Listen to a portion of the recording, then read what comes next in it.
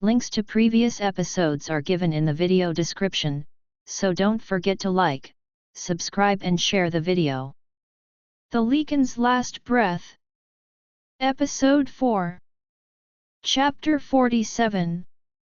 Very satisfied with my work on Charlotte's garden, I make my way back to the entrance and close the door behind me as I leave. I'm all covered in dirt and I have a few cuts on my hands from the thorns, but I feel very content with what I have achieved.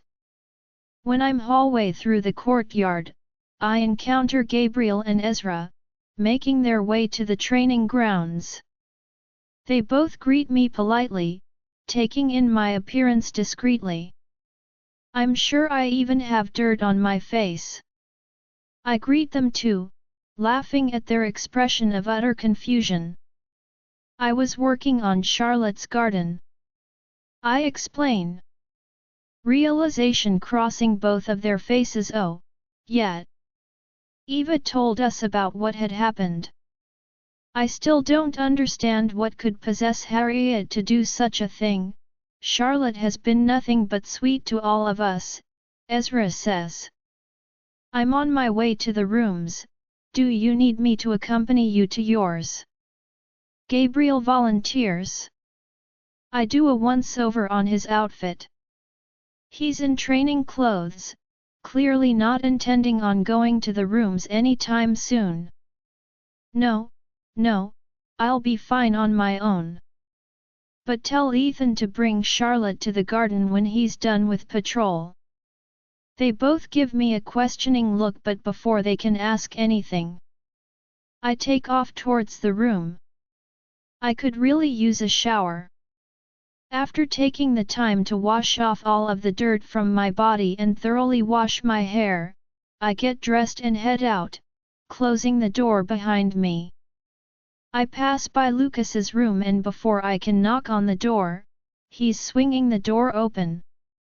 I'm temporarily startled, but he gives me his widest smile and steps out.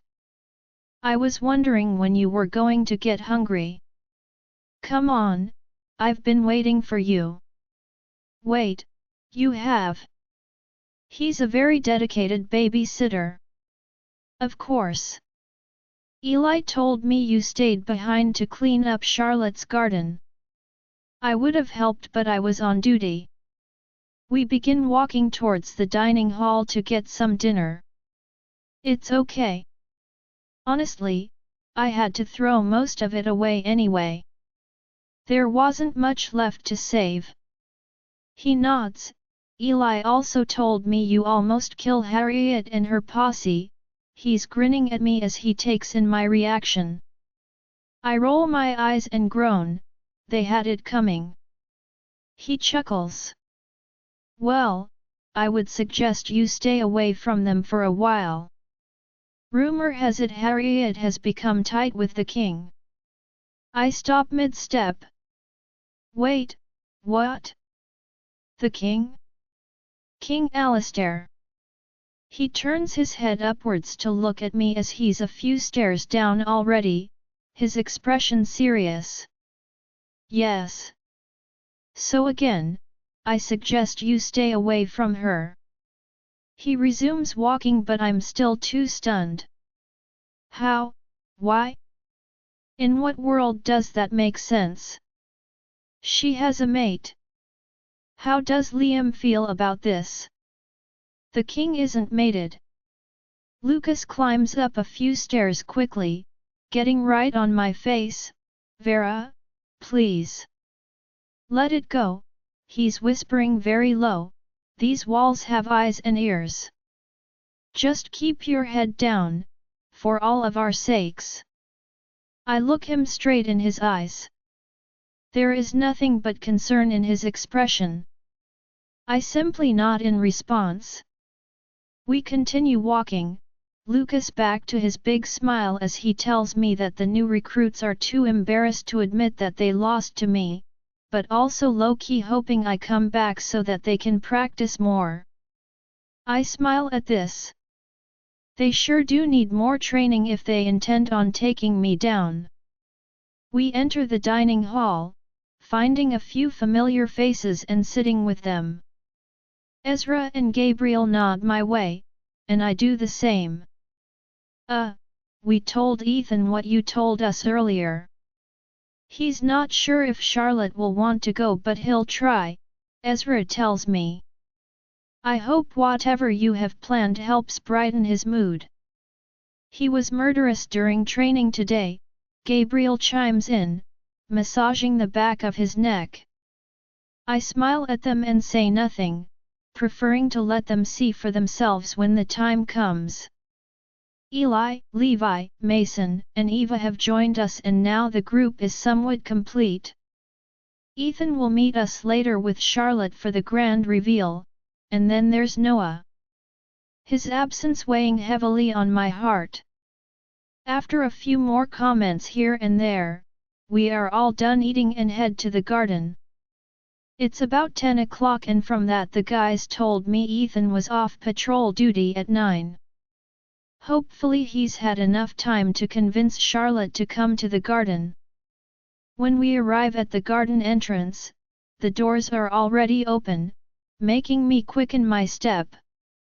I swear on the moon goddess, if this is Harriet again, I will kill her.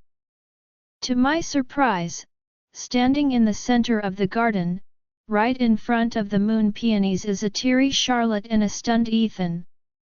I hang back and watch everyone else go inside to look at what has Charlotte and Ethan speechless. I hear an audible gasp. When I touched the moon peonies earlier today, trying to figure out that weird electric thing in my fingers, I had concentrated, visualized them, in full bloom. When I opened my eyes, the flower buds that had been stomped had not only opened up, but they had also multiplied. Now, there was an entire bush of moon peonies in full bloom. I had also managed to steal a large concrete planter from courtyard to plant the flowers in.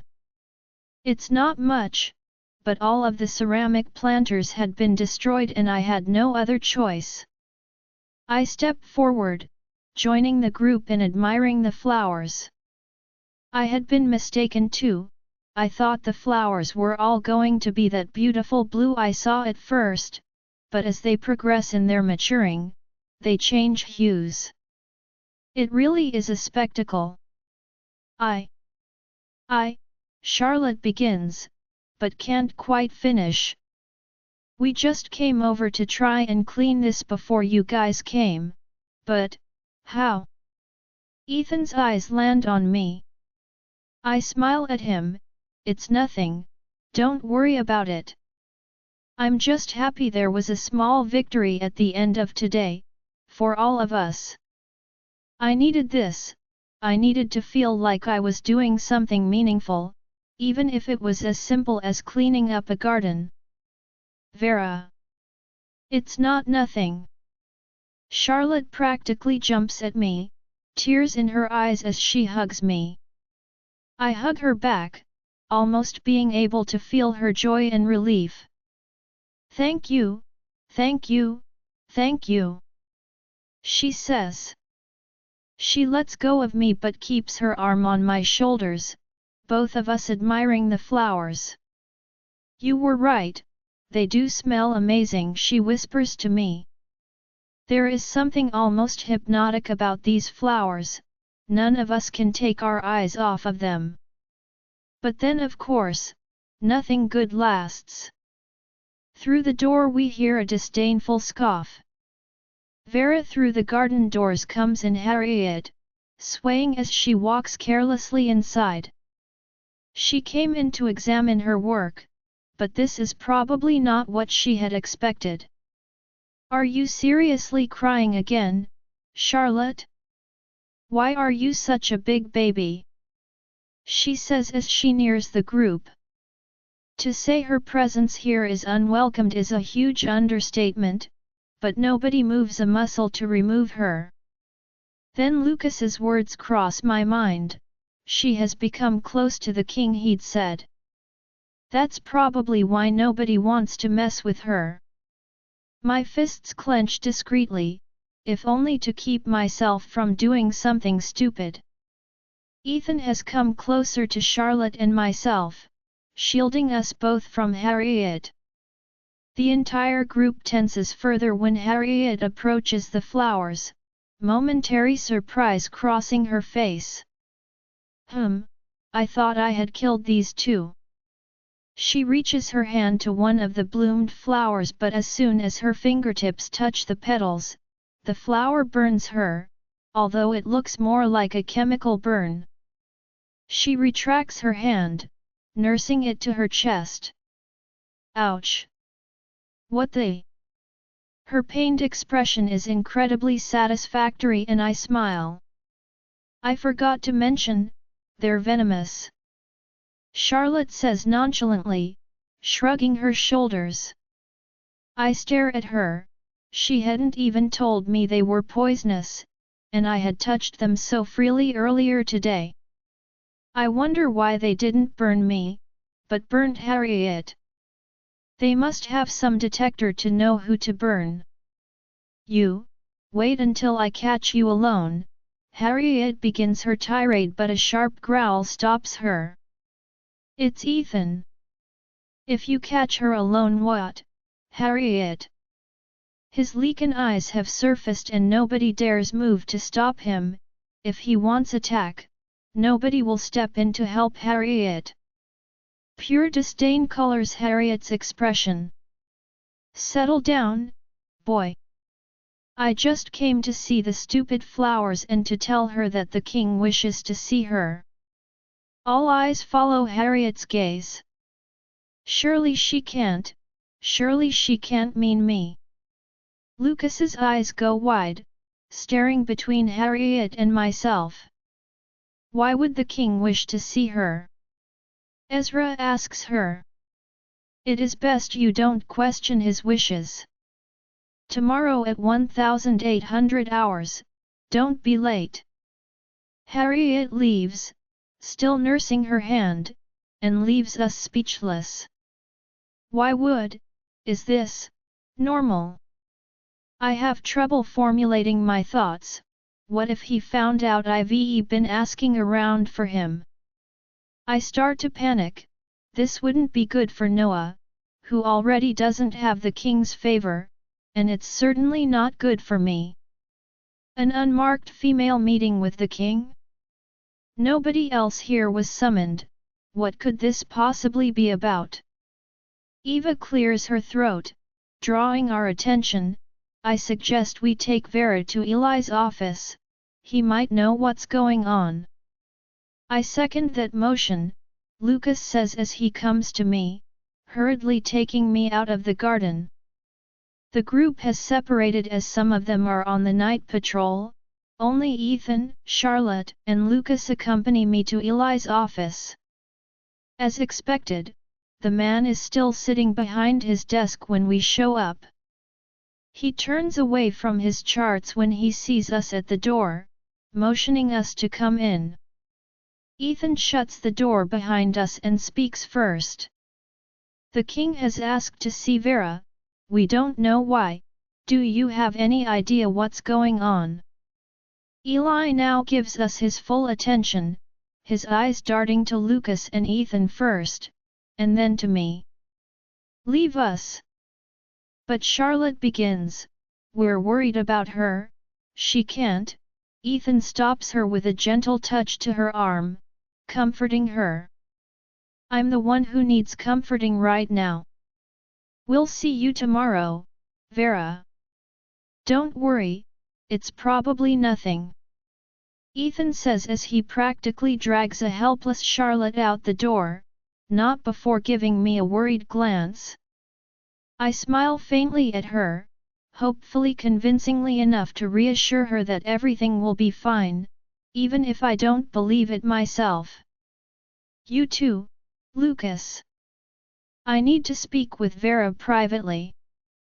Whatever you tell me, he can hear it too, I tell him, meaning it. Lucas would never betray us. No, it's okay, I'll leave, he tells me, putting a reassuring hand on my shoulder. He turns on his heels and leaves. I really had underestimated how much Eli is respected here. I never thought they would leave without a single protest, but here I am, no doubt turning paler and paler by the minute. Eli gets up from his chair and heads to each and every window to close shut the blinds. He also double-checks that there is no one at the gym and shuts the door, locking it. He motions for me to sit and hands me a water bottle. Do you think he knows I've been asking around about him? I whisper. Now I'm the one who's paranoid. Lucas was probably right, these walls do have eyes and ears. It's possible. Eli's is talking normally, not whispering. He stays silent a long while before continuing. It's possible but highly unlikely. If you were suspected of treason, they would call upon a trial, like when we first came back to the castle. He's tapping his fingers on the wooden table, deep in thought. Noah should be back by now, I say. Do you think something happened to them? Maybe he's going to give me some bad news. Just the idea of something happening to Noah makes me nauseous. I sip on the water Eli gave me if only to keep my dinner down. No, that's unlikely. I would have heard of that by now. He's now rubbing his stubble with his hand. I'm thinking of all the possible scenarios but come up with nothing. I have only seen the man once in my life, and even then, not once spoke to him. There haven't been any chances of offending of upsetting him so far. Maybe it has to do with what happened in the garden. I say, referring to the altercation with Harriet and her posse. It's likely he didn't even hear about that. He seems amused. Harriet is a proud Lycan woman, who is also seeking favor with the king. It would deeply embarrass her to admit what happened, or almost happened anyway. His entire demeanor and tone turned serious all of a sudden. Vera, I think the king wants you as his mate. What? Vera, my heart is pounding incredibly fast. Did I hear him correctly? Mate? What do you mean mate? I already have a mate. Whom the king sent off in an incredibly difficult mission, perhaps thinking he wouldn't make it back. A suicide mission. My hand goes to my forehead. I feel like I'm going to pass out. You remember I told you the king was looking for a mate all this time, right? How he needed a strong female to create a new dynasty after King Alexander died. I remember, but I'm a wolf. His people would never accept me. He can't. They don't need to accept you, he just needs you to bear an heir. His words are crude, but true. In theory, as a king, he doesn't need a Luna to rule. There are no benefits to Lunas in Lycan society, like there are for wolves. After all, here the lineage isn't given by the mother, it is given by the father. I'm stunned. Speechless. I'm looking at Eli helplessly, having half a mind to escape this hole and just leave Noah a message to find me back in the pack house. This is too much, Eli. I can't. What do I do? Remember at the trial? You put on a show with the spear and the stone. We all felt it. Pure, unharnessed power. Yes. But that was the stone, not me. It was you. You cannot destroy such a powerful object without having power yourself. But the spear, you know the spear has powers. He grunts, annoyed. Vera, the spear is only a tool. You had the power to wield it and destroy a very powerful object. The council and the king are old and wise, this didn't go unnoticed. He pauses before continuing. Now, I just thought it was because wolves are inherently more magical than Lycans. But maybe there is something more to it. I gulp. That is one possibility I had not considered. Could he know about spirit wolves? Could he know that I am a spirit wolf? The scenarios playing out on my head only get grimmer and grimmer the more I think about them. If he does know about spirit wolves, he might at least suspect that I am one. And if this is the case, if he wants me as a mate, I might not even have a choice in the matter since Noah is away.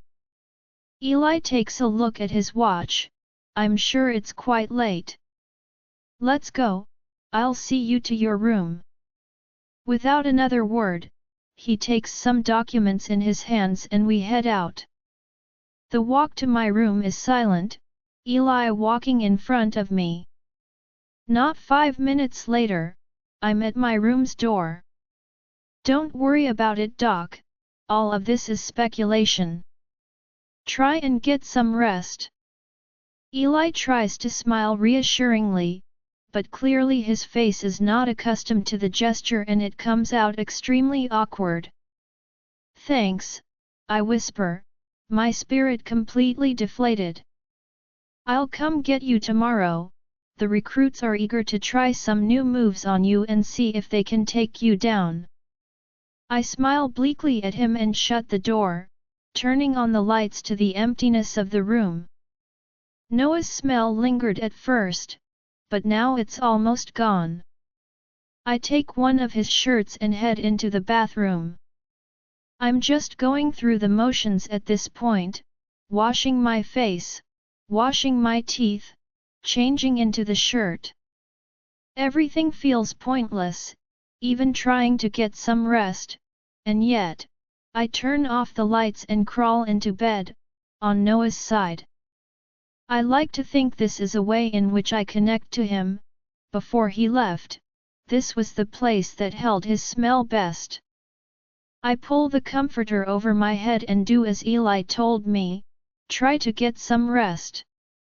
Although I realize early on, it probably won't happen.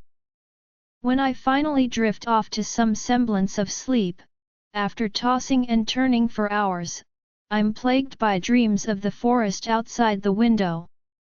Beneath the snowy peaked mountains, I see the forest as it was before. Luscious trees that extend endlessly into the sky, wild animals prancing around carelessly and unafraid. But then, I blink and everything is gone. The trees are no more, they have been burnt down. There are no animals here, this environment can no longer sustain them. Many more visions like these are coming in rapidly, faster than I can register them. Again, it's like I'm moving through time in the blink of an eye, but nothing makes sense. There is no apparent reason for this destruction or for my visions. Needless to say, saying it was a restless night is an understatement. Eli knocks on my door very early the next morning. I know this because I did not sleep one bit last night. In fact, when Eli is at my door, I'm already changed and ready to go. Training is the same as before. The kids step up one at a time onto the mat, thinking they can make me submit, only to realize they are a few years away from even getting close to that. I'm not enjoying the release of energy that training provides this time. I don't have any energy to spare. After a while, I signal to Eli that I won't continue, so he pairs the boys up with their peers to practice. You didn't get enough sleep last night, I gather. You gather correctly, old man. If my lack of energy didn't give me away, the bags under my bloodshot eyes surely would. I asked around, and not even the council members understand what the king wants with you. They only advised I accompany you, since you're unmarked and all. This actually manages to reassure me some. Maybe all of these scenarios in my head are my mind playing tricks on me. Surely the king is a reasonable man, he can't expect me to be his mate when I already have a mate, a very powerful one at that. Thinking of Noah further dampens my mood. We haven't heard from him at all, or any of the scouting party for that matter. I used to think this was good, it meant that nothing had happened. But what if it meant the complete opposite? Still, as hard as it was, I needed to focus on the situation at hand. When practice is done, Eli and I head into the dining hall to get something to eat. The food looks and tastes unappetizing, the only reason why I'm eating is to get some energy to power through the rest of the day, and then my inevitable meeting with the king. When the time comes, Eli accompanies me to the king's wing, dread settling in my stomach. Ethan and Charlotte are there to see me off and Charlotte hands me something discreetly in a napkin. I take it, and immediately know what it is. I smile at her as a thank you, her expression remaining concerned. Remember, let me do the talking. I will be speaking for you as you are an unmarked female. Don't make any eye contact with him, keep your head down. I nod, unable to utter a word. Staying quiet won't be an issue. When we arrive at the large, wooden doors that lead to the king's wing, 2 guards open up the doors to let us in, but stop Eli before he can step inside. This is Noah's mate, an unmarked female, she has to be accompanied. King's orders, Eli. She comes in alone. Boy, step aside before you what? The 2 guards have now placed themselves in front of Eli, one of them growling loudly. King's orders, old man. She meets him alone. Eli is ready to challenge them, but we both know that going against the king's orders would be suicide. If not now, then later at a trial, so I stop him. Eli, it's okay. It'll be fine. I'll come find you when I'm done. He stares at me for a long time, before stepping outside the doors. The guards slowly close the doors on him, his fists clenched and his jaw tight. This is the last thing I see before the guards turn to me and escort me to see the king. Both guards are enormous, even bigger than Noah. They are certainly intimidating, but I know in a fight, size is not the most important factor. I'm taking in and memorizing all the halls, doors, entryways, and exits in this wing. If Eli is right, I might have to make a run for it. I might even have to take down these 2 guards in order to escape. I'm on high alert, but I can't let anyone, much less the king, believe I'm on edge. We reach what seems to be the middle of the wing, the guards stepping in to open those doors too.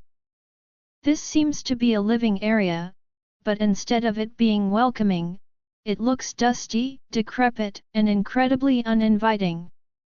There's a large table in the middle of it. The placement of the large dining table is very off-putting. Surely, this large room wasn't meant to be a dining area. And yet, this is what it's being used for. The entire wing is very odd, very tasteless. There is a fireplace off to one end of the room, and the king sits there looking at the fire sizzle. My king, one of the guards says, your guest is here. I side-eye him, the tone in which he said guest did not go unnoticed. The king slowly gets up from his chair. He's wearing riding pants, riding boots, and a white shirt. Nothing weird about that. But he's also wearing a large, red robe, with golden accents. It's so tacky, I have to bite the inside of my cheek to keep from laughing. Ah, Vera, he says and dramatically extends his arms. Nothing happens, and he stays like this, with his arms comically extended. He clears his throat angrily, narrowing his eyes at the guards. They have an aha moment and hurriedly approach the king to remove the opulent robe from him and place it on one of the chairs. Not there, you pair of crazy, how many times have I told you how to properly store it? I raise my eyebrows without even realizing it, shocked and amused by the scene playing in front of me. Now that I take a good look at the king, without his robe, he's a small man, and I don't mean his size. It wasn't apparent before because of the position we were in, him up high in his chair, but this man is minuscule in spirit and character. He rather reminds me of a pretentious, conceited child. Now leave, I have a guest to tend to. The guards head towards the door, leaving me alone with the king. From what I've seen, this man isn't intimidating at all, but I have to keep in mind that he got to where he is for a reason, and no one has yet tried to take his position from him. He might be putting up an act for me to lower my guard. Vera, please, take a seat. I still haven't said a word to him as I make my way to where he gestured. It's the chair right next to the head of the dining table, his seat. So tell me, how have you liked being with us Lycans so far? As he starts to speak, huge doors behind me open and females start pouring in with food and what I suspect is wine. They neatly set the table without so much as looking at me. It's been great, I say, sarcastically of course, but I keep that tone to myself. Please, dig in, this whole feast was prepared just for you. The quality of food being served here is indeed better than the one at the dining hall where everyone else eats, it indeed looks lavish, and quite too much just for the two of us. We start eating without saying another word. To say this is awkward would be an understatement. My hesitation grows with every bite I take, and I haven't even touched the wine, all of this could have poison for all I know. He tries to make small talk, asking about the pack house and werewolves in general. I keep my answers emotionless and curt, I have no intentions of giving away too much. You know, my dad used to take me to werewolf territory all the time when I was little. He always believed we could all just be merry friends and even do business together. He's referring to the dad that he killed, allegedly. Your father sounds like a wise man, King. He grimaces. Yes, he used to think that about himself too. Didn't serve him for much in the end. In the end. He makes a dismissive gesture with his hand, that's a story for another time. Now please, it's getting quite cold and the fireplace is going to waste. At this point we are done eating, most of the food remains untouched. He gestures for me to follow him and sit on one of the chairs that faces the fireplace. Just like everything else in this horrible wing, the chairs are old and mistreated. I can't help but feel he intended for this to be some sort of date. If he wanted something more casual, he surely would have invited at least a few council members, or he would have allowed Eli to accompany me. King, if I may. Why am I here? I'm getting really tired of all this nonsense. It's clear to me that he's playing some form of character right now and I have no patience for this.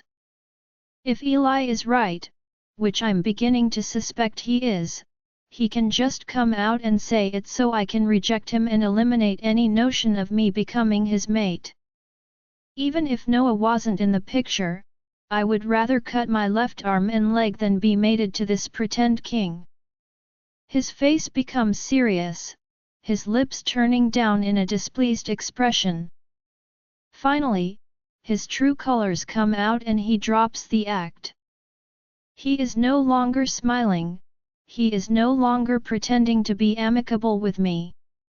It seems my blunt words have displeased him greatly. I can't imagine this happens often. "Vera, we all saw what you did back in the trial. Your power is greater than even you are aware of, which is why you're perfect. Perfect for. Perfect to create the new Lycan dynasty with me, perfect to be my mate. King Alistair, with all due respect, I have a mate." He turns to look at me, an evil grin on his lips which then turns into a sadistic, full-teeth smile. He lets out a laugh. "Noah? You're referring to Noah? Ha!" he says, making the hairs on my nape rise. "Well, I suppose you wouldn't know because that sorry excuse for a Lycan never marked you, but Noah isn't coming back, Vera." "What? What are you talking about?" I'm sitting on the edge of my seat, not because I want to be closer to him, but because my flight instinct has been activated. I didn't send him on a mission to find a chimera or that stupid witch. She isn't even here. I sent him out there to be executed, my dear wolf. As he says this, the doors open to reveal the two monstrous guards from before, making their way to me. Vera the king and I get up from our chairs at the same time, but before I can make a run for it, he grabs me painfully by my arm. "Now, I was hoping that you would be smart about this, wolf. Without Noah, without your mate, you're up for grabs. I thought you'd realize this and make this easy for both of us. But I guess I couldn't expect as much from a dog. The guards are closing in on us but their pace is almost leisurely, they probably think I'm helpless because of the king's hold on me. Now, my plan is simple. I mark you, you become my mate, and have my heirs. I don't have much use for you afterwards, so maybe I'll let you reunite with your mate then." He grins at me sadistically, making me even angrier. "Be your mate? Bear your children? Don't you realize you're a joke?" I yell angrily at him, "You haven't earned anything you have. Your people don't respect you, much less like you. And now you have to force a female to even consider having your children? You are pathetic." He growls loudly at this. I managed to really anger him this time. He moves closer to me, raising his arm to strike me. I take the opportunity to dig into my pocket to what Charlotte had given me earlier, and shove it onto his face. The king screams in agony and falls to the floor, surrounded by the petals of the moon peonies. He uses his hand to cradle his now burnt face. I take several steps back as the guards, instead of coming to me, go to the king. "My king!" they both yell, as they kneel to the ground to help him get up. "You! Grab her! This is my cue!" I start running as fast as I can, before Stupid 1 and Stupid 2 realize how royally they have screwed up. I hear distant footsteps, running after me, but by now I have put enough distance between us. When I reach the large doors to the entrance of this wing, I start pulling on them but it's futile, they're too heavy for me to do this alone. I start looking everywhere, trying to come up with a different plan. I hadn't considered the sheer weight of these doors, and now they were the only thing keeping me from escaping. "Vera? Vera? Is that you? I hear from the other side of the door. Eli. Eli, it's me. Help me with the doors. I start pulling on the doors and hear a strained grunt on the other side as he's pushing from the outside. After a couple of seconds, the doors start to move, enough for me to squeeze through it. Eli is on the other side, waiting for me, sweat dripping from his forehead. What happened? He yells. No time to explain. Let's go. He follows me out of the king's wing, and into the corridors leading to Eldon's library. Vera. Stop. Where do you think you're going? What happened? Eli grabs my arm, forcing me to turn to him. I have tears in my eyes. Eli, he said he had Noah killed. It wasn't a scouting mission, it was an execution. Eli lets go of my arm, realization crossing his face. No, no, it can't be. I trained those Lycans, they are men of honor and, realization dawns on him and his expression falls. He wasn't hoping the witch would get them, their orders were always to kill Noah. He stays immobile for a minute, grabbing his forehead. He looks heartbroken. Eli, I draw his attention, unconcerned about the tears now rolling down my cheeks. I have to get out of here. You were right, he wants me as his mate. I would rather die than bear his children. We hear the commotion we had left behind coming closer to us. It might take them a few minutes to find us in these corridors, but they certainly will. We have no time to waste. Okay. Give me your sweatshirt. I blink at him. It has your scent, maybe I can throw them off your trail.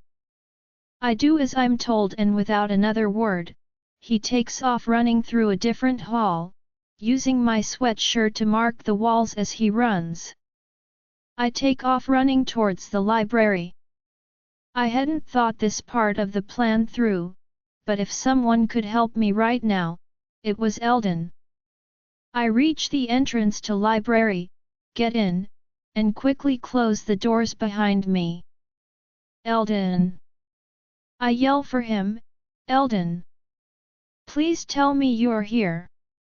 There is no answer and I start frantically looking for him, yelling at the same time. Eldon! Please!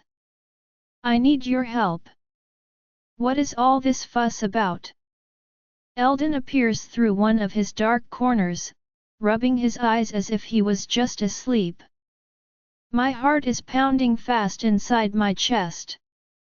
How do I even begin to explain this to him? I have no time. Eldon, I need your help. I need to get out of here. The king, he killed Noah, Eldon. I'm not sure if he can see my teary eyes or not. I need to get out of here or else he'll turn me into his baby-making machine. Eldon raises his eyebrows in surprise. Never did I think he would be so bold, he says to himself. Come quickly. I follow him into the corner he just appeared from. There's a large painting of a woman I do not recognize. Her features are gentle, she has kind eyes. Eldon pushes one side of the painting, and I hear a low click. The painting is actually a door. Go. These corridors lead to the back of the castle. From there, you have to run deep into the forest, you are no longer safe here. There is an old cabin that was used when we still patrolled that border. Eldon, you have to come with me. I grab his arm gently. Please, they'll have you killed for helping me. He puts his hand gently on mine. Child, while I appreciate your concern, but I can take care of myself. Now go, they are getting close. Just as he says that, there is screeching outside the library where the guards are trying to get in, only now there are several of them. I rush to the open door as Eldon hands me a flashlight. Be careful, Vera, and remember, don't stop until you reach that cabin. I thank him and watch him close the door behind me. Turning on the flashlight, I gulp. The corridors seem endless and treacherous, but I have no time to think about the consequences of getting lost. I begin jogging aimlessly, hoping somehow, I'll find my way out of this one. Vera, the corridors, or rather tunnels, that Eldon sent me on are endless. I'm sure they cover the entirety of the castle, just like back at the pack house. It's unsurprising considering how many wars were fought, and lost, back in the Age of Witches. Tunnels like these were the difference between the life or death of an entire clan. I think maybe 30 minutes have passed since I entered these tunnels and there is no sign of them ending. I'm beginning to think maybe Eldon sent me through the wrong one, or purposefully deceived me. No, it can't be. He showed as much disdain for King Alistair before, there is no reason for him to help him now. Unless, he's using me as a bargaining chip to get something he wants, and right now he's using this time to negotiate. I shake my head.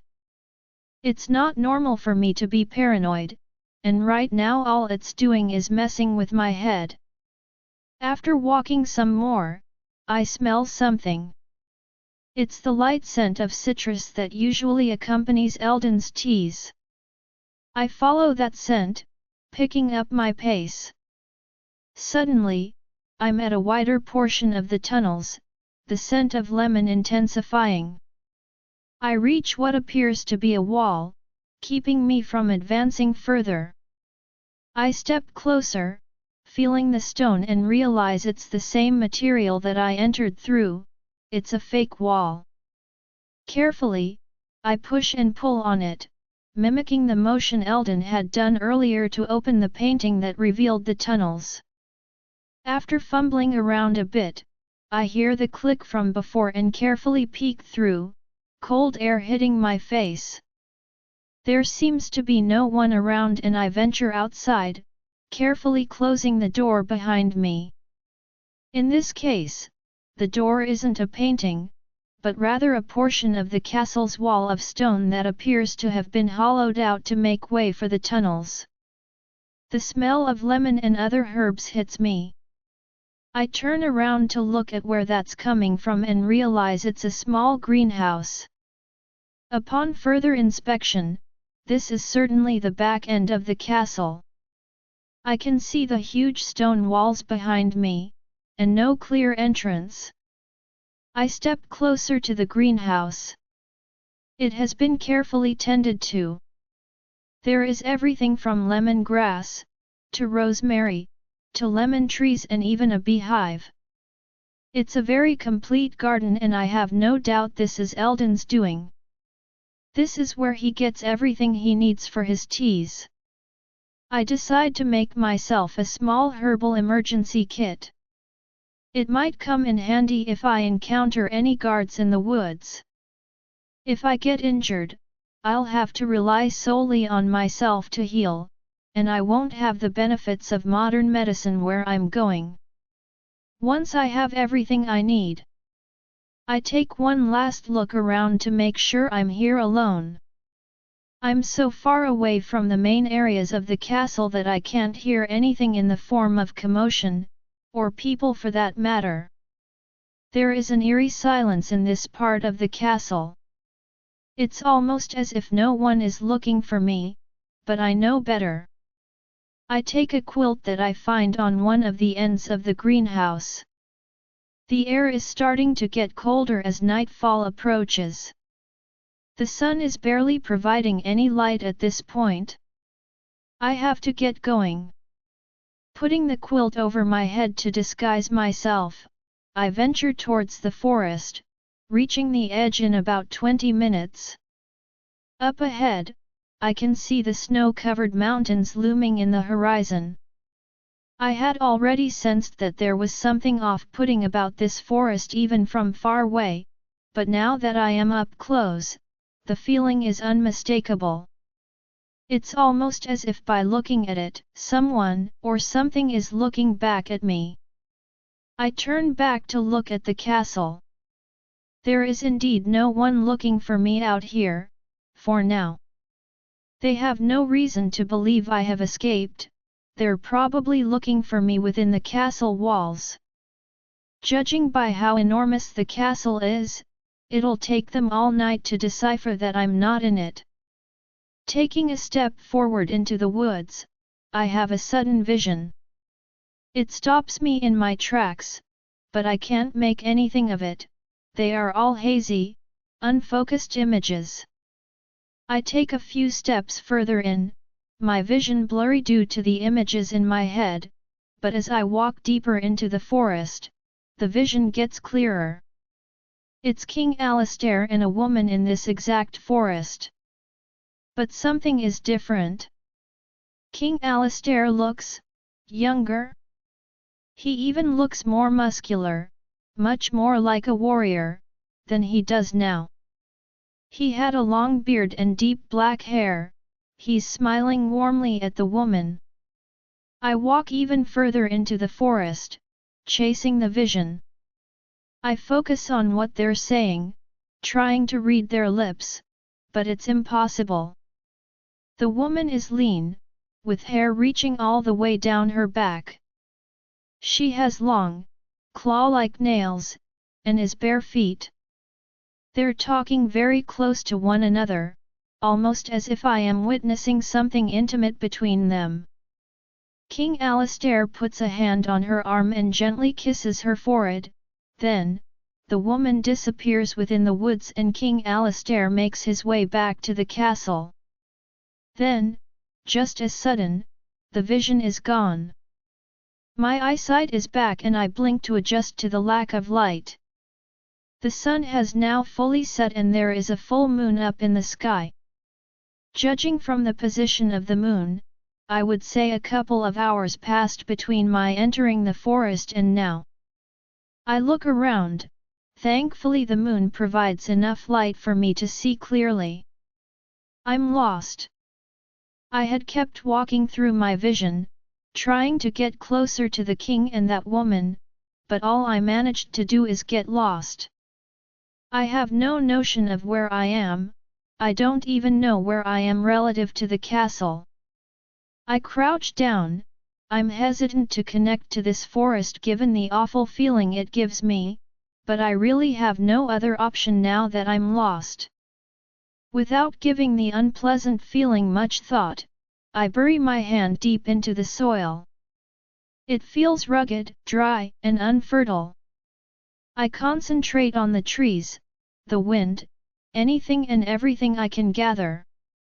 It takes me several minutes of this to finally get a sense of where I am. Back home, the forest is so alive that it doesn't take me long, but here, everything just seems dead. Finally, I envision the cabin and where I should go. I begin walking, wrapping the quilt tightly around me. I'm getting closer to the snowy mountains, and the air carries the imminent chill of the snow. It's not worse than the chill I feel in my heart as my mind inevitably starts thinking of Noah. Vera, I don't know how long I walked until I reached the cabin, only it doesn't look abandoned at all. It's clearly been looked after these past several years. There's been work done on the wood and stone. Before entering the cabin though, I have to make sure it's not occupied. I hide behind a tree, losing the quilt and feeling the chill on my skin. I shiver, inching closer to the cabin making sure I don't make a sound. I peer through the windows, the inside looks as kept as the outside, I can even see some furniture. The cabin is quite small, enough to fit 2 people maybe. There are no rooms, it is completely open inside and it has a second floor where I can see a single mattress. There is a fireplace in the farthest wall and a couch. That's it. Maybe, just maybe, there's a bathroom too. Once I've made sure I'm the only one here, I go back to the tree and gather my things, heading inside the cabin. The main door requires a little force to open, apparently some of the corners are frozen. The temperature inside is just as it is outside, I really have no other option than to light up the fireplace or I'll get hypothermia before I can figure out how to get out of this mess. I light up the fire quickly, warming myself up. I can't feel my hands or feet at this point. After a while besides the fire, I finally feel warm enough to think about my next moves. First, I have to survey my surroundings in case I have to make a quick exit. The cabin does indeed have a second floor that only holds a mattress, but directly above it is an escape hatch that leads to the roof. Checking every cupboard, nook, and cranny in this tiny place, I come to the conclusion that someone has to live here. Things don't even look dusty. There are full sets of silverware, dishes, and toiletries. Why would Eldon send me here? Maybe this is where he runs off to when he isn't in the library. Maybe this is his home. It starts snowing outside, which will perfectly hide the smoke creeping up the chimney, and yet, despite how cozy this all seems, I know I won't be able to rest here, not while there are people probably looking for me. This is only a safe place until I figure out what to do, or until they find me. Should I go back to the castle and seek the guys out? I need to make it back to wolf territory, but I first have to make sure everyone is okay. I can't imagine what the king might do to Eli if he were to find out he helped me, or Eldon for that matter. I recall a map Noah once showed me of Lycan territory. The map was old, but the routes still held true. There had been no updates in infrastructure or territory in several decades. There was an unguarded portion of the Western Territory, which would lead me directly to my home. A deep pain settles in my chest and my heart is beating fast. The image of Noah that day, looking out for me, being so warm and tender, is too much to bear. I had hoped this overwhelming feeling of loss would stay at bay until I could get back home, but it was too much to hope for. I lay on the floor in front of the fire with the blanket covering my entire body. I'm breathing heavily and the tears won't stop coming. I want to scream, I want to kill the Lycans who killed him, and most importantly, I want to kill the king. I concentrate on his old, scruffy face and my eyes begin to blur out of anger. I feel so much regret in my heart that we were never truly connected. Now, all of the reasons to not be marked I might have had mean nothing to me. If I had been honest with him, if I had been honest with myself, none of this would be happening. I would have shown up in this castle as a marked wolf, and nobody would have questioned it. Maybe, the king wouldn't even have attempted to become my mate if I had been marked. Maybe, Noah would still be with me. I didn't want to drag him into being with me forever, without understanding what I was getting into and without knowing what he was getting into. I still have no answers as to what a spirit wolf is or what dangers that comes with, but now it is pointless. I will never have another mate again. I will never get Noah back. I cry for what feels like hours, until I'm too exhausted to think about anything anymore. Vera, darling. It's Auntie Eleanor. Only this time, I can actually see her, I can see all of them. There are about 12 women surrounding me, and I can see them all, and they're all crying. I look around, all of them look back at me with tears in their eyes. Vera, Noah isn't dead. He hasn't crossed the threshold where we are, which is where all souls pass through. Why are you all crying? What happened? I ask her. Darling, you are our anchor to your world, we feel what you feel with just as much intensity. That's why we are here, we knew something had happened. This time the person to answer me isn't Auntie Eleanor, it's another woman, her voice oddly familiar. She lightly laughs. I understand your confusion, we didn't have time to explain last time. My name is Margaret, sweetheart, and I'm your grandmother. My grandmother? You are right, Vera. You are what we call a spirit wolf. Your father, my son, was Victor Blackwood, and your mother was a werewolf. I stare at all of them. I understand what they're saying, but it doesn't make sense. Victor Blackwood, I saw him in my visions before, didn't I? What was that all about? Your father was a very powerful warlock, child, Auntie Eleanor speaks. When he saw your birth, he started preparing for your arrival. It took him 100 years, but he finally made the world safe for you. Her expression turns grim, but not safe enough. My son had the gift of sight, Vera, and so do you. That's why you have visions of the past, and with practice, you might be able to have visions of the future as well, just like your father did. But you have to be careful, there are still powerful witches and warlocks that managed to remain alive, and they will need powers like yours to remain in your realm. You cannot let this happen. Why wasn't I aware of this before? Why did they leave me alone? I feel my chest rumble with my words, and the other women take a step back. It's okay, it's okay.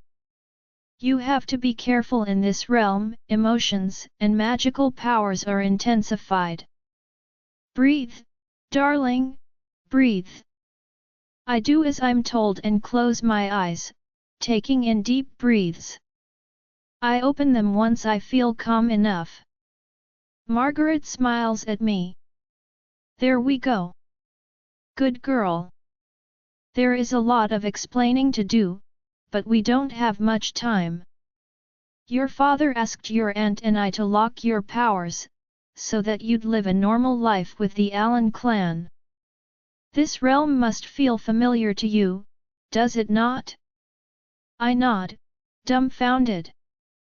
We didn't think you would actually have powers at first, but when you were very little you started visiting us every night. As witches grow up we lose the ability to travel into this realm, but you never did, we knew then the true power you held. That is why you recognize me, Vera, I was the one to lock your powers. Auntie Eleanor chimes in. That's why I know your name, isn't it? That's why I recognized your voice. I tell her. Yes, she smiles. You and I used to meet every night in your dreams. But now that we have unlocked your powers, Vera, you have to be careful, there are people who will not stop until they have you. I hear a noise, and all of us turn to look to our right, which is where we perceive it. It's a noise in the real world, my world. And they might already be here. Vera, I jolt awake. The fire from the fireplace has died down and the room is cold, it must have been out for a long time now. The snow has stopped and I hear someone trying to open the door with some difficulty, no doubt wrestling with the snow. Taking advantage of the darkness of the night, I silently get up, leaving the quilt behind. I go up the stairs, towards the hatch I had seen on the ceiling earlier. Carefully, I start to push on it, making as little noise as I can. If this is one of the guards, or any other Lycan for that matter, they'll hear the faintest of noises. Just as the hatch opens and I'm ready to lift myself up to the roof, something stops me in my tracks. A scent. It smells like the forest. It smells like home. Noah. He begins calling to me, but I'm already leaping from the second floor to him, crashing into his cold body. He immediately hugs me back tightly. "Thank the goddess you're all right," he whispers into my ear. I'm hanging on to him like my life depended on it. Eleanor had been right, he was alive all along. The relief I feel, the happiness I feel, is indescribable. "I thought they had killed you." I whisper into his neck where I have buried my face. He chuckles lightly, without humor. "Oh, they tried." After a few minutes, I break the embrace to take a good look at him. His face has several cuts that are all but healed, his arms have many bruises and cuts that are also healing perfectly, meaning this happened a few days ago. I also notice he's shivering. "Come, I'll light up the fire, we'll freeze to death if we stay like this." I take his hand and sit him in front of the fireplace, where I had just been sleeping a few minutes ago, wrapping the quilt around him and starting the fire. Once the fire is in full blaze, I turn to him and he opens up the quilt for me. We snuggle, watching the wood crack and burn under the heat of the flames.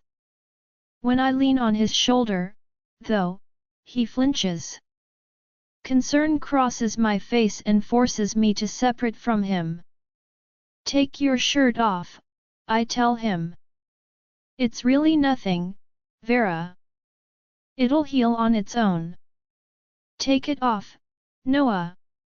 I'm already going to my herbal emergency kit to see if there is anything I have to help heal him. When I turn back to him, I almost drop the little bag. The wound is gigantic and deep, it stretches from his torso all the way to his back. This was a Lycan bite, and as I'm examining it, I'm shocked it didn't lacerate his arm off completely. Trying not to show the shock in my expression, I go to him and fall on my knees beside him, realizing these stupid herbs won't do anything to fix this. The wound is too deep, and too old for this to have any effect. Noah heals incredibly fast, but this wound still has red spots where the skin is still open. I'm guessing the fact that I can move my fingers is a good sign, isn't it? He says as he clenches and releases his fist over and over, with a gentle smile on his face. His brothers betrayed him. His brothers had tried to kill him in the most cowardly manner. His king, his leader, had this all arranged. He's potentially lost his home and the men he considered family, and yet here he is, smiling. Tears start rimming my eyes. He doesn't deserve this. He doesn't deserve any of this. I straddle him on impulse, crashing my lips to his. He responds without hesitation, caressing my back with one hand and fisting my hair with the other, holding me in place. His tongue caresses mine gently, but I want more. I deepen the kiss, feeling his member stir awake between my legs. He breaks the kiss and we're both panting. "Vera, I don't let him finish." I remove my shirt and crash my lips to his again, and this time, he responds in like.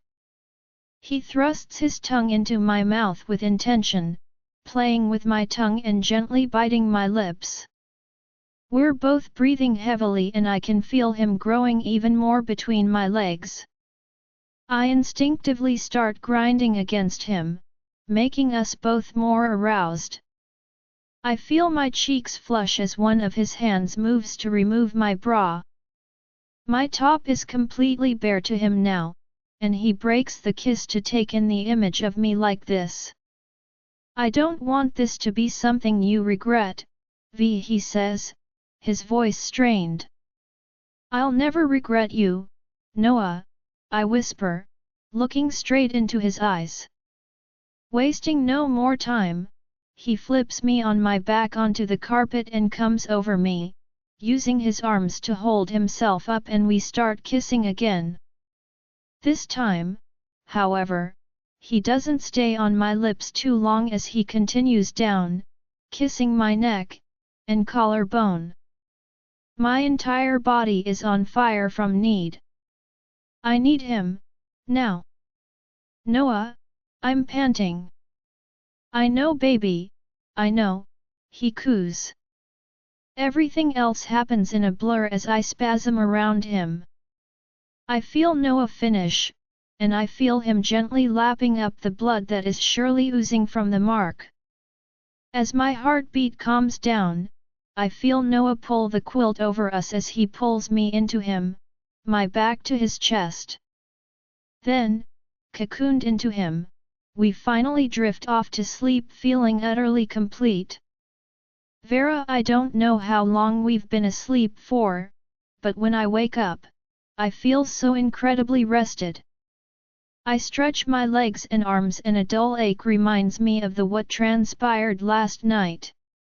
My hand involuntarily goes to my neck where I now bear Noah's mark. It's completely healed. Something that Charlotte told me a while back comes back to me, something about some abilities being shared between mates once they bear each other's mark. It could be that I have some of Noah's healing ability now. Feeling my movement, Noah stirs awake next to me and pulls me to him, kissing his mark on my neck. Good morning, my love, he says. I smile at the tenderness. His kiss on my neck also has another effect, though. If he keeps this up, we'll be trapped in this cabin forever, just having X. Morning to you, too. I turn around to face him. He has a sleepy smile on his face and the golden sparks in his eyes seem to be dancing. He stretches out his limbs just as I had. The fire went out at some point in the middle of the night, but I didn't even notice. Noah's body warmth was enough to keep us comfortable the whole time we slept. Something crosses Noah's eyes and the moment is gone. We both turn serious. Did he do anything to you? What? Who? It takes me a moment to realize what he's asking. No, I ran before he could do anything. Nothing happened, Noah. You had a bruise on your arm when I got here, was that him? I recount my experience with the king, and he did in fact grab me by the arm. I didn't realize it had left a bruise. Probably, yes. But again, nothing happened. He clenches his jaw. I'm going to kill him. His Lycan stirs in his eyes. He gets up, putting on his clothes. Noah. I get up as well, putting on my own clothes. What are you doing? What are you thinking? I don't know how, I don't know when, but I will kill him. His Lycan is almost completely awake now, judging by his eyes. Noah. Noah, look at me. I take his face in my hands. We have to get out of here. We have to go back to the pack house. But first, we kill him, he says. I can sense this is his Lycan speaking. His voice is deeper than Noah's. I roll my eyes. Hey, I need Noah back, please. I coax him. He's breathing heavy, Rugged breathes, but he complies. He closes his eyes, and when they open back up again, Noah's hazel eyes are back. He blinks at me in confusion. Was he really not in control just now? How often does that happen? I raise an eyebrow at him. I had to let him take full control back in the forest. He feels like he's the boss now. Sorry, I'll reel him in. What happened, exactly? We both go to sit on the couch now that his Lycan is back under. We found footsteps in the forest. They looked exactly like the chimera from the pack house. We followed its trail but found nothing else. That's when they all turned on me, trying to kill me. If I hadn't let this beast take complete control, I don't think I would be sitting here right now. I take his hand on mine. I can't imagine how painful it must be to have your own betray you like that. The king is the one that wants you dead, Noah. It was all his doing. Yeah, but those guys really wanted me dead, too. They never hesitated. Good thing is, I didn't either. There's a pause. Eli told me he wanted me dead because he wanted you as his mate. Something grim passes his face. You talked to Eli? When? He went looking for me into the forest. By the time he found me, I was already heading back to the castle to kill the king myself, but he told me everything that happened. He even told me where you were. That's how I found you. How are they? Have there been any punishments for helping me? I wouldn't be able to forgive myself if something happened to them because of me. No, no. The king has kept all of this quiet. Protecting his ego is more important. He has scouts looking for you, but I killed the best of them back in the woods. Lucas grabbed some of your clothes and directed them to wolf territory. They have no reason to believe you didn't go home. We stay quiet for a moment, both lost in our thoughts. Noah, he didn't only want you dead because he wanted me as his mate. He wanted you dead because he knows how strong you are. He knows that you could easily take his throne. But I don't want his stupid throne. I have never been interested in it, and quite frankly, if I was, I would have made a move by now with all his shitty management. I know, and I think there's more to it, but I haven't quite figured it out yet. Eli also thinks it has to do with your father, who apparently was one of the strongest fighters to ever live or something. He raises his eyebrow at me. He told you that? I nod. You guys became close while I was gone, hey? I roll my eyes. Man. What do we do now, though? He thinks I went back home, and he has no reason to believe you re-alive. We have to get back to wolf territory. We'll be safe in the pack house. We can live a normal life there. He clenches his jaw. Running isn't in my nature, Vera. But what choice do we have? You almost got killed. I almost got turned into that baby maker. What's to say our fate wouldn't be worse if we returned? I know. Hey, he puts his hand on my leg. We'll figure something out. I promise. Well, we can't stay here forever. And a plan won't just fall onto our laps like magic. Just on cue, there's a knock on the door. Vera Noah gets up slowly from the couch, locking eyes with the door. He signals me to shush with a finger to his lips. We have no reason to believe this is a hostel since they're knocking on the door, but one can never be too careful. We both stand at the door and Noah quickly opens it, both of us ready to pounce on whoever is here. It's Eldon. Noah lets out a breath and I relax, letting the adrenaline of the moment drain from our bodies. I thought it appropriate to knock, considering. His eyes go to my neck and I immediately blush.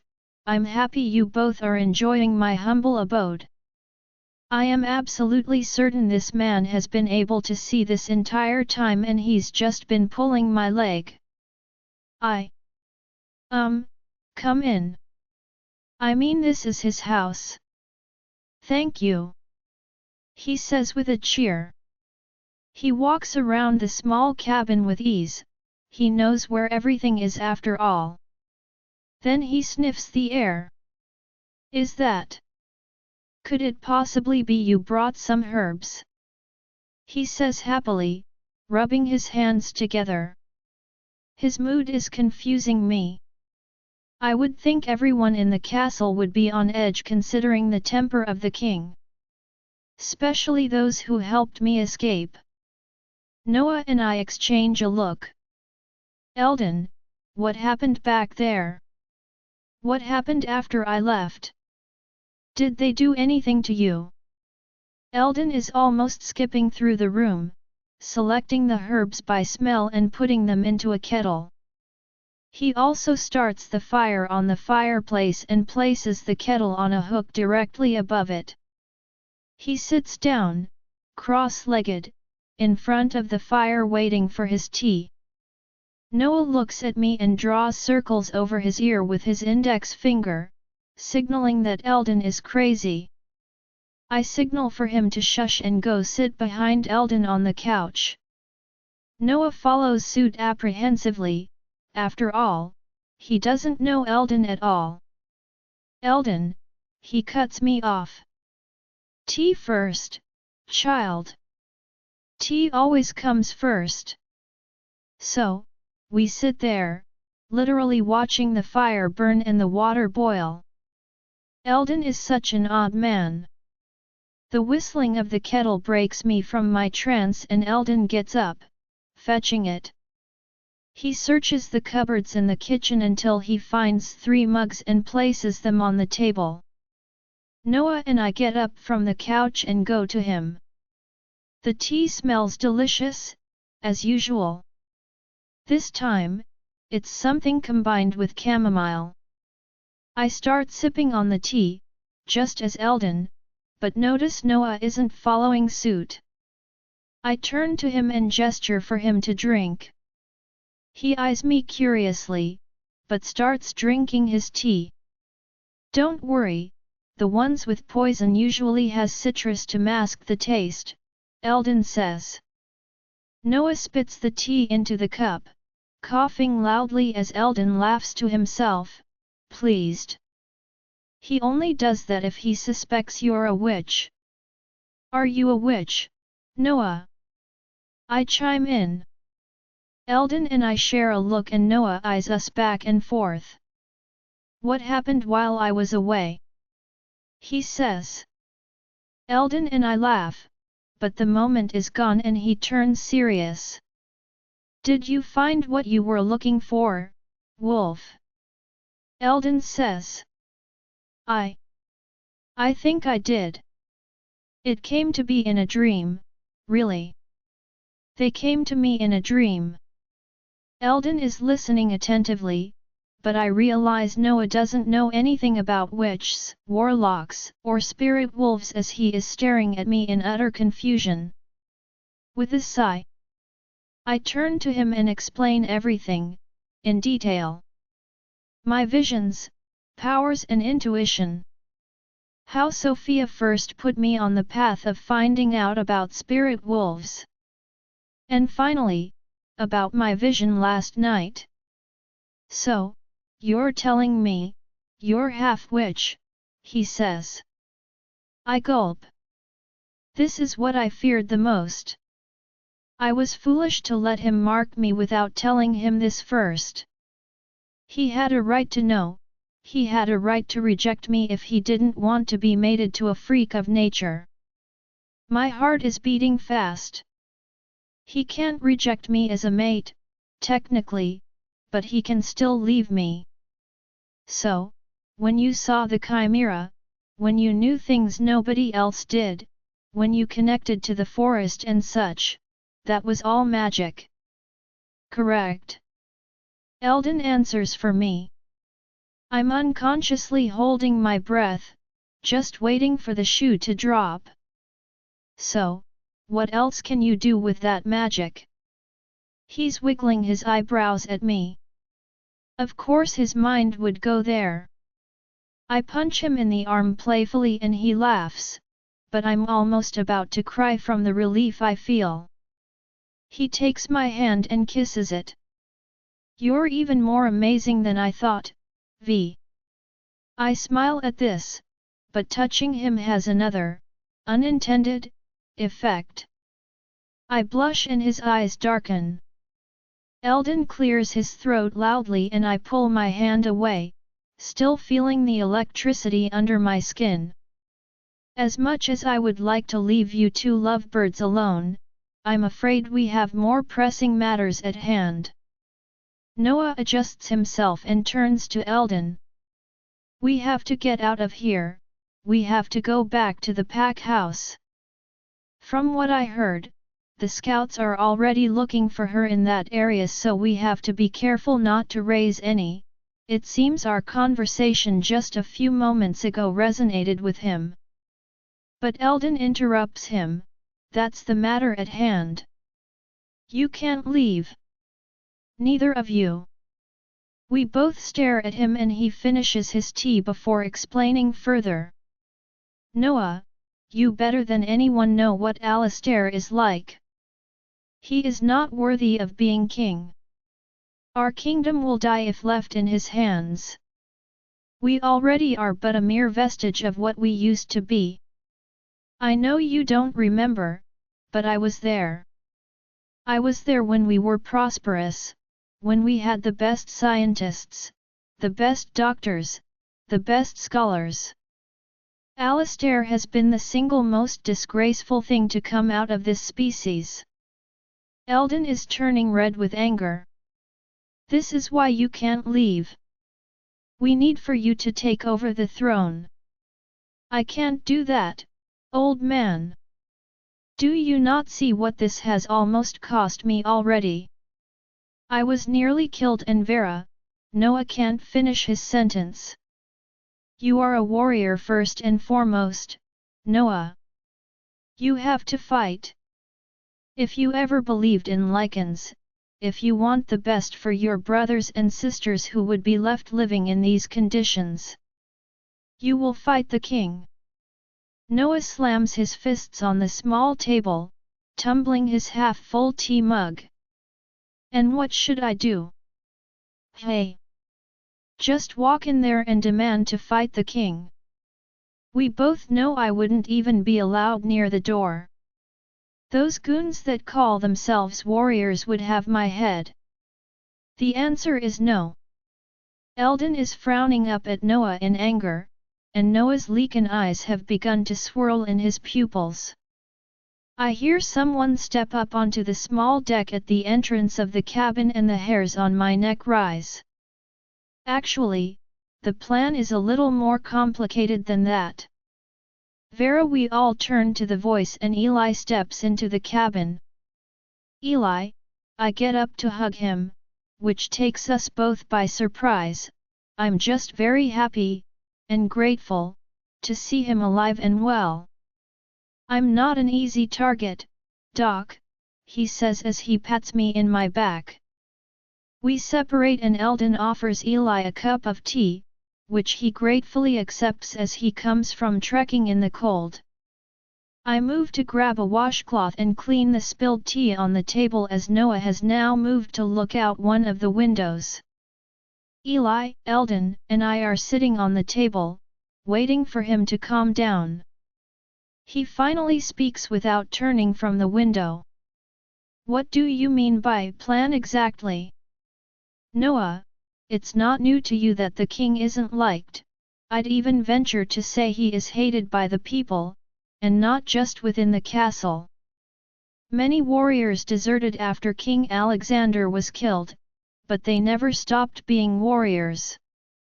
They were just waiting for a worthy king to take over the throne to come serve again. Eli is looking at his cup of tea as he speaks. Noah, you are that worthy king. Noah pinches the bridge of his nose with his fingers, but he finally turns to us and sits with us. We would need an army, Eli. We would need an army to match the goons of the king. And then what? Just establish myself as king? The council would never accept me. The council are just a group of old hags who abide by tradition because it serves them, but in reality, there is no real benefit to a council anymore, Eldon says. Meaning? I ask. Meaning they either get on board or we get rid of them.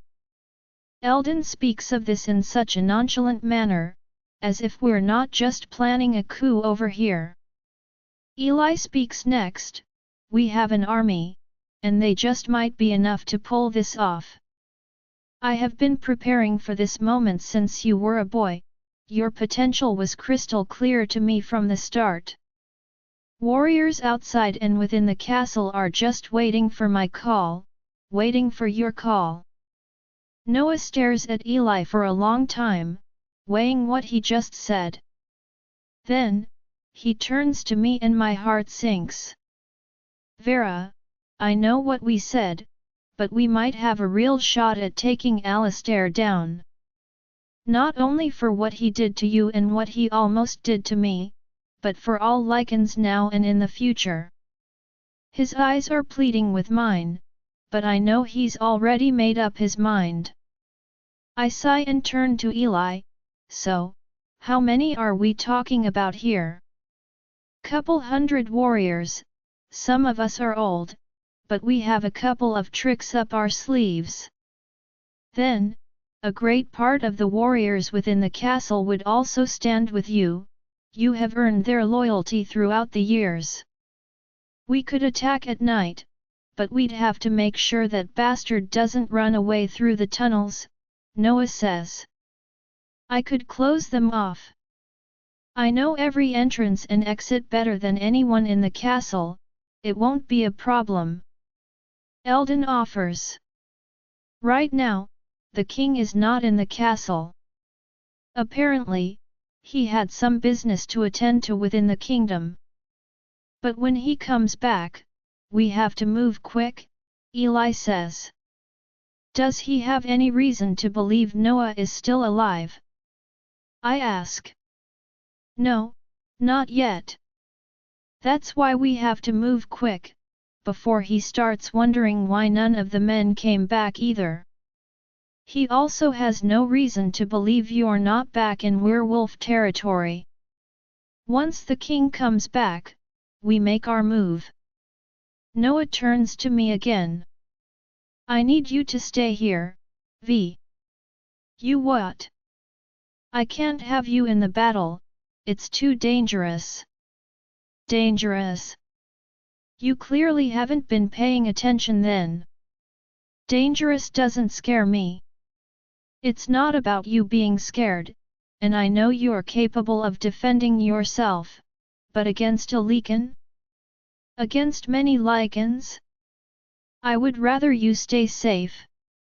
Noah, you can't keep me here.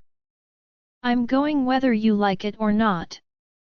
Vera, this is not negotiable, you have to she has to come with us. We all turned to Eldon who had been staying quiet for most of this conversation. What? Did you miss the part where she literally has magical powers? Who knows how useful she could be, he says.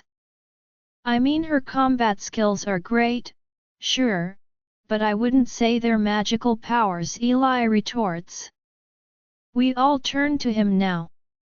Oh, you missed that part of the story too, didn't you? Noah says and I roll my eyes. I proceed to tell Eli everything about my being a half-witch, too. By the time I'm done, he's gaping at me. Full on, open mouth, frozen expression. Then, something clicks. And you're okay with this? He yells at Noah. Noah simply shrugs. Clearly, I am, he says and signals to his mark on my neck. Eli looks back and forth between the mark, Noah, and myself. Tell me that's not what I think it is. Noah snorts. What else could it be, old man? There's a moment of awkward silence while Eli figures out how to feel about this. He already had a problem with Noah being mated to a wolf, but now that wolf is also half-witch. I'm sure if he concentrates on it enough, his head will implode. He composes himself and the stern expression is back. He gets up from the table. Well, I take it we are all on board with the plan then. I will make the due arrangements, quickly, before the king comes back. We'll be in touch. And just like that, Eli leaves the cabin without saying anything else. Eldon also gets up and leaves without saying a single word, even though based on his silence and expression I can tell he has a lot in his mind. Noah and I are left in the cabin alone with our thoughts and little by little, the reality of the situation settles in. We were going to war.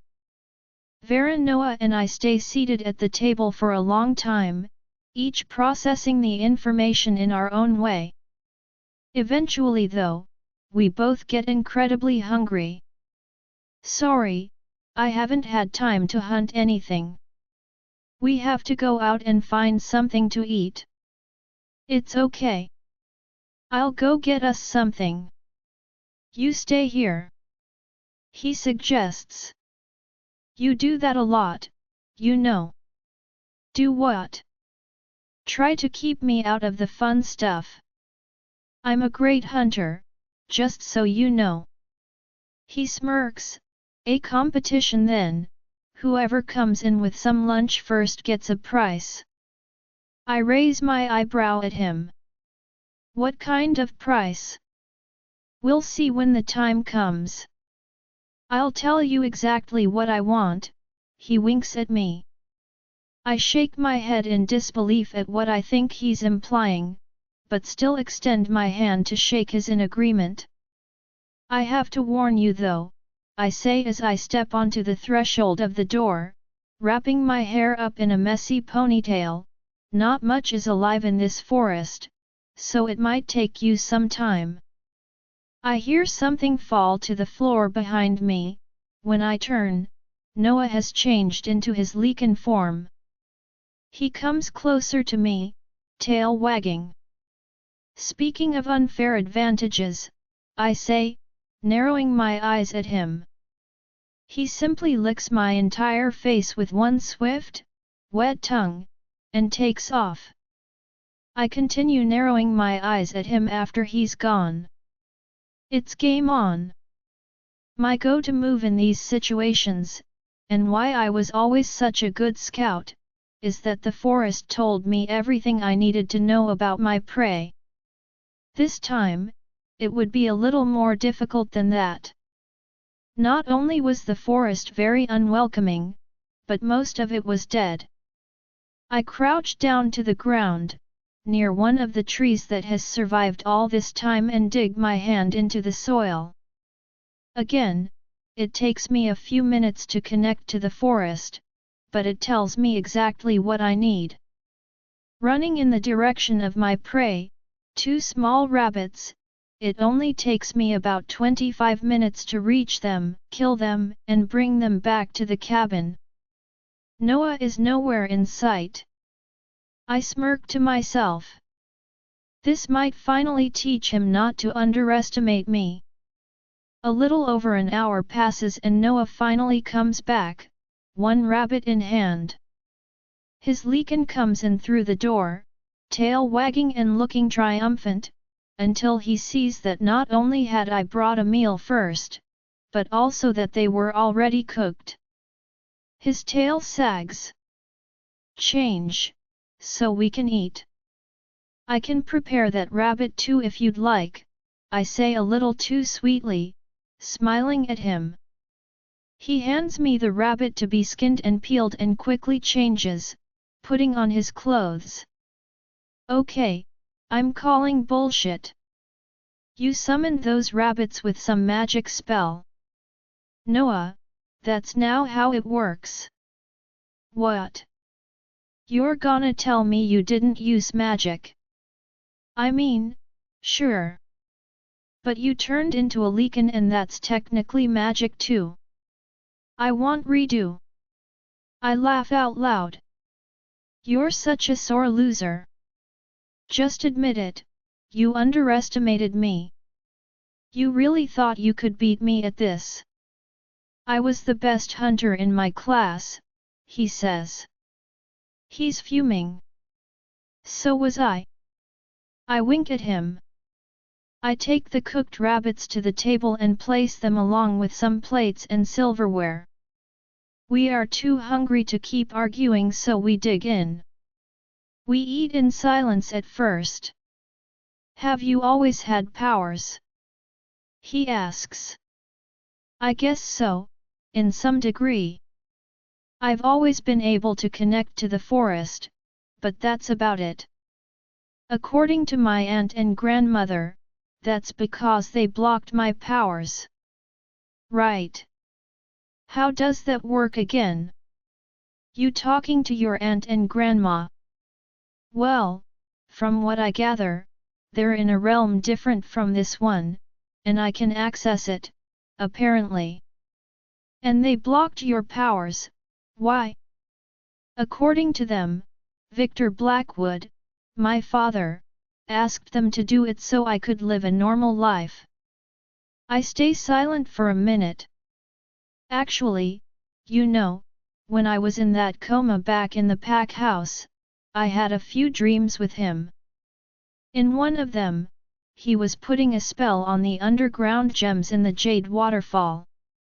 When he was done, he told John Allen that no witch would be able to trespass. He also told him that he would need a favor from his bloodline when the time came. I wonder if he did all of that for me. It sounds like an act of love to me. He smiles at me. I wasn't even born at this point. John Allen is a very old ancestor to Sophia. Well, didn't your grandmother also say that he had been preparing for your arrival for 100 years? They also said he didn't manage to make it safe enough. I wonder if that's where the Chimera Witch comes into play. I remember something else, too. The vision I had when I first walked into the forest. I didn't stop to think about it too long at the time, but now that I can, I wonder who that woman was. Eli told me that King Alistair doesn't have a mate, but has that always been the case? When I first stepped into the forest, it showed me a vision. It was a much younger Alistair with a woman. Noah finishes chewing a piece of meat as he thinks. I've never heard of anyone being close to him, much less a woman. Are you sure it was him? I don't even know anymore, maybe it was someone else. We finish eating and clean everything. Then we sit by the fireplace and snuggle, admiring the flames. It didn't snow today, but it's still cold enough to need the fireplace. I'm sorry for dragging you into this, V, and for everything else. What's everything else? The Chimera, back in the pack house, then bringing you to this horrible place, and now this. I should have known better. Noah, how could you have known? You don't have to apologize for anything, anyway. Everything has been my choice, you haven't forced me to do anything. And yet here we are, expecting a war at any moment. He sighs and I turn to look at him. How are you feeling about being king? It's a lot of responsibility. You know, if that's what it takes to get out of the throne, I'll do it. Hopefully it won't be a permanent position but rather just until we find someone else. Oh, I think it'll be pretty permanent. You heard Eli, you're king material. I beam at him, remembering the way his friends and everyone else reacted to him, with such awe and admiration. He stays silent, thinking about all of the implications of going to war and being king.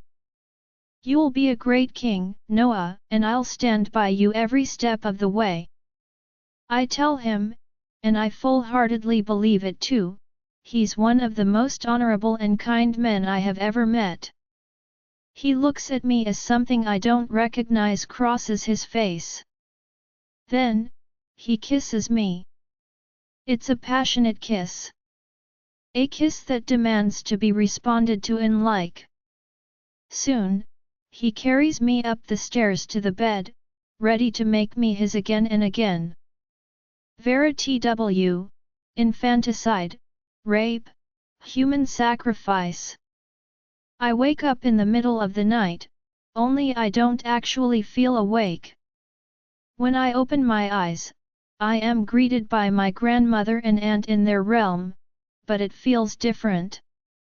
Hello Vera, we've been expecting you, says my grandmother. I look around, noticing this time it's only the three of us. It also feels different. Before, I felt like I was in a dream, this time it feels like I'm actually here. Everything is clearer.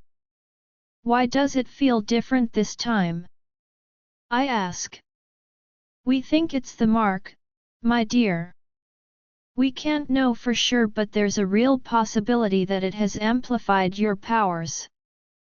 We also feel more connected to your world, Auntie Eleanor offers. My hand moves to my mark unconsciously.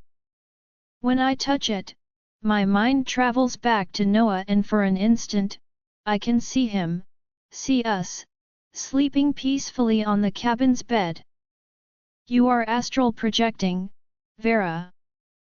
Now that you bear Noah's mark, it serves as an anchor to him at all times. I stop touching it and I'm back with my aunt and grandmother. Now that I can see them clearly, my grandmother looks unexpectedly young. I open my mouth to question this, but she laughs. Darling, we are witches. Aging is optional. Your power has grown, Vera. It is an unexpected side effect of being marked by your mate. Auntie Eleanor hesitates and looks at her mother. This is uncharted territory. We'll have to figure things out as we go. What your aunt is trying to say, is that you have to be careful. As your power grows, it will become a beacon to other witches and warlocks, and the ones that remain in your realm are for the most part evil. You will have to be able to defend yourself if it comes to it. And for that, we will train you in this realm. It's certainly unorthodox, and it's not like in your world, but it will give you an idea how to control your powers. Both of them share a look. What is it? I ask. My grandmother hesitates. I'm sorry, my dear, but first you have to understand what you're really up against. Without warning, I'm transported back in time, just as I had before. Only this time, it was clearer, just like the other realm. It didn't feel like a dream, it felt like I was actually here. I'm in a grand castle, it's opulent in its decoration, with crystal images and the highest ceilings I have ever seen. It's very bright, filled with enormous windows and natural light. White marble spreading throughout all of the floors, walls, and columns. Beginning to walk around, I hear my aunt's voice in my head. Now that you're more powerful, you have to be careful not to use any magic while you're here. If you do, you might leave a magical imprint which can be tracked across time, even into this realm. Where am I exactly? You're in White Castle, home to the Witch Mother. I read about Witch Mothers before, so I'm not completely clueless. And what am I doing here, exactly? You need to learn where you come from. Head to the end of this hall, there's a red door that will glow for you. Enter, but be very careful. I do as I'm told, walking for a few minutes until I reach the door. I open it carefully. It instantly feels like I shouldn't be here, the hair on my nape rising. The scene that I'm greeted with here is the opposite of the castle outside. There is no natural light, the descending flight of stairs are only lit by fire lamps placed on the walls. I continue descending, and the more I do, the more intense the smells get. It smells like rot and decay. I have to cover my mouth and nose with my hand to continue, even my eyes are watering. No, no please, give me my baby back. I hear a voice coming from my destination, followed by murmurs. No. Why isn't this working? Come screaming from the same direction. Please, he's just a baby, he's not at fault, give him back. The initial voice is sobbing. Your baby is nothing but a failed experiment. Then, I hear a loud, telling crunch. No, says the teary voice, followed by anguished screams. When I get to the base of the stairs, I realize these are actually dungeons. There is a large space in the middle, with tables, cauldrons, and countless books, surrounded by many cells. Witch Mother, we have to let these Lycans go, none of their babies have served your purposes. We're doing something wrong. The one called the Witch Mother takes a look around the cells, which I now see are filled with pregnant women and some very rugged, malnourished men. The smell in here is putrid, it's hard to imagine anyone being here for extended periods of time. Let them go? Even if their babies are useless, it doesn't mean they are. Bring these two to me. She points at the cell with the wailing mother and another one to her left. The people do as they're told. The Witch Mother takes the wailing mother by the hair and lifts her up in the air. She painfully screams, violently trying to free herself. Swiftly, the Witch Mother slashes her throat, silencing her. Then, she uses her claw-like nails to puncture into her chest and remove her heart. This could still work. Do not give up, brothers and sisters. She places the heart into the cauldron and chants a few words, her eyes becoming completely white as the mixture bubbles and fumes. When she's done, she takes some of the sticky liquid from the cauldron and puts it in a chalice, handing it to one of the warlocks in the room. You know what to do. The warlock steps forward and drinks the concoction. Then, he steps close to the other woman, grabbing her forcefully by her hair, dragging her into one of the cells. The woman merely whimpers and whispers, "No, please no, not again." I fall to my knees as the woman begins to scream. I still keep my hand on my mouth to make as little noise as possible, remembering that in this state I have to rail in my emotions, but it's incredibly difficult. The Witch Mother wanted to create a cross between a witch and a Lycan, initially conceptualized as a spirit beast, to use as her personal army, but it took them many decades to figure it out. What you are seeing now, that woman, would become the first mother to the first spirit beast, only she wasn't a Lycan, she was a wolf. The witch mother finally realized that the creature she considered inferior, the werewolf, was the answer all along. She would never have her spirit beast, but she would have spirit wolves. But this, she had to sacrifice another woman to create the baby she was looking for, I say. Yes, and that is why letting her continue on would have meant the end for both Lycans and werewolves. You see, both were necessary to create the witch mother's creature. What happened then? How did she stop? Your father found out what she had been up to the last few decades and realized the perversion of our kind could no longer be ignored. That's why your father, Vera, began the end of the Age of Witches. Join our Facebook and WhatsApp group for more updates, link is given in description. Rest audiobook will be continued in next episode.